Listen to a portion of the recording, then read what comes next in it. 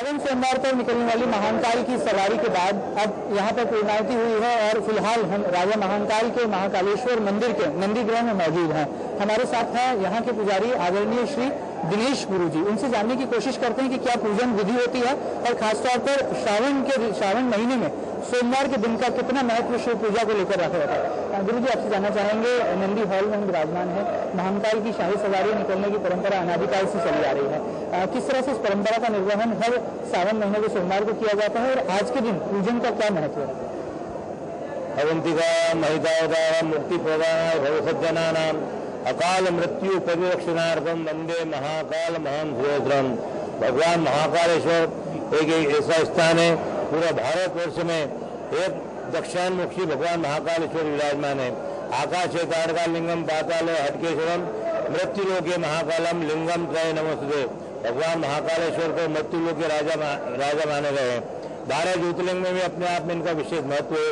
जो 12 ज्योतिर्लिंग भारत में है, सौराष्ट्र सोमनाथ श्रीशैल्य मल्लिकार्जुनम उज्जैन्यां च महाकालम ओंकारम ममलेश्वरम कैल्याम वेदनाथम च डाकिन्याम भीमाशंकरम सेतुबम हेतुरामेश्वरम नागेश्वरम द्वारकावने वारणशांत विश्वेशम त्र्यंबकम गौतमी तटे हिमालय केदारम घुष्मेशम च शिवालय एतानि 12 ज्योतिर्लिंगानि सायं प्रातः पठेन्द्रः सप्त जन्म कृतम पापम स्मरण विनश्वति।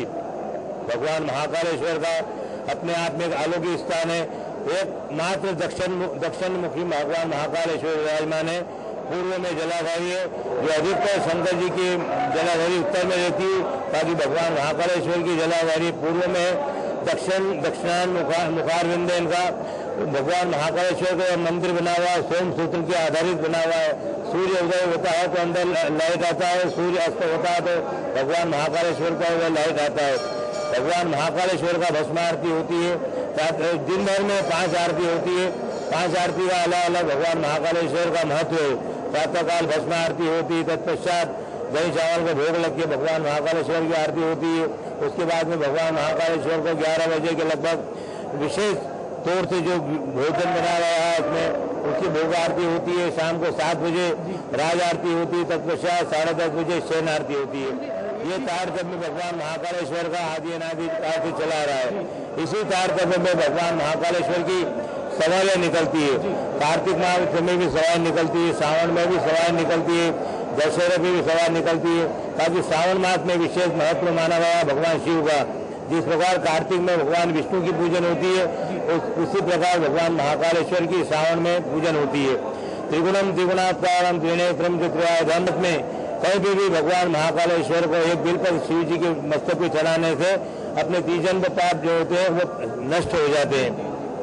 गुरु जी, एक चीज और जानना चाह रहे थे, जिस तरह से महाकाल की जब सवारी निकलती है तो ऐसी कहावत है, ऐसा कहा जाता है कि खुद राजा महाकाल उज्जैन की जनता से मिलने के लिए, उनका अभिवादन, उनका हालचाल जानने के लिए निकलते हैं। इस परंपरा को कितने साल हो गए हैं और आज क्या कभी इसमें कोई परिवर्तन या बदलाव पाते हैं जैसे देखते आ रहे हैं? वर्तमान में जो सवारी निकल रही है बहुत भव्य रूप में निकल रही है। तो अभी जो दूसरी सवारी है इसमें बदलाव तो क्या कर सकते हैं अपन, जो परंपरागत जो सवारी निकलती है वही निकलना चाहिए।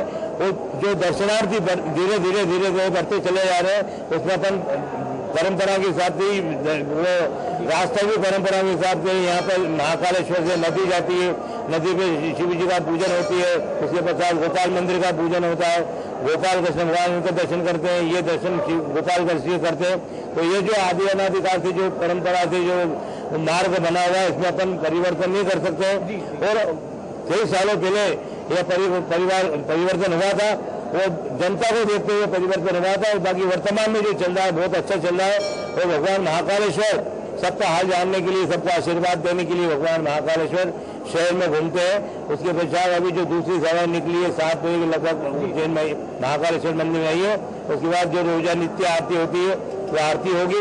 भगवान महाकालेश्वर सबको श्रावण मास का बधाई, महाकाल का आशीर्वाद। जय महाकाल। पंडित दिनेश पुजारी, महाकालेश्वर मंदिर उज्जैन। तो यहाँ पर आप देख सकते हैं किस तरह से पुजारी जी ने पूरी की पूरी पौराणिक कथा का यहाँ पर वर्णन किया और जिस तरह से राजा महाकाल की सवारी के पीछे का क्या उद्देश्य रहता है, किस तरह से पहली बार ऐसा होता है, ये शायद ऐसा संभव हिंदुस्तान में ही है कि खुद राजा महाकाल यानी कि भगवान सड़कों पर निकलते हैं और अपनी प्रजा का हालचाल जानते हैं। इसी तरह से अनादिकाल से परंपरा निभाई जा रही है और आज भी इसका निर्वहन पूरी निष्ठा के साथ किया जाता है। उज्जैन से कैमरा पर्सन रितेश सोनी के साथ महेंद्र सिंह, सिटी न्यूज।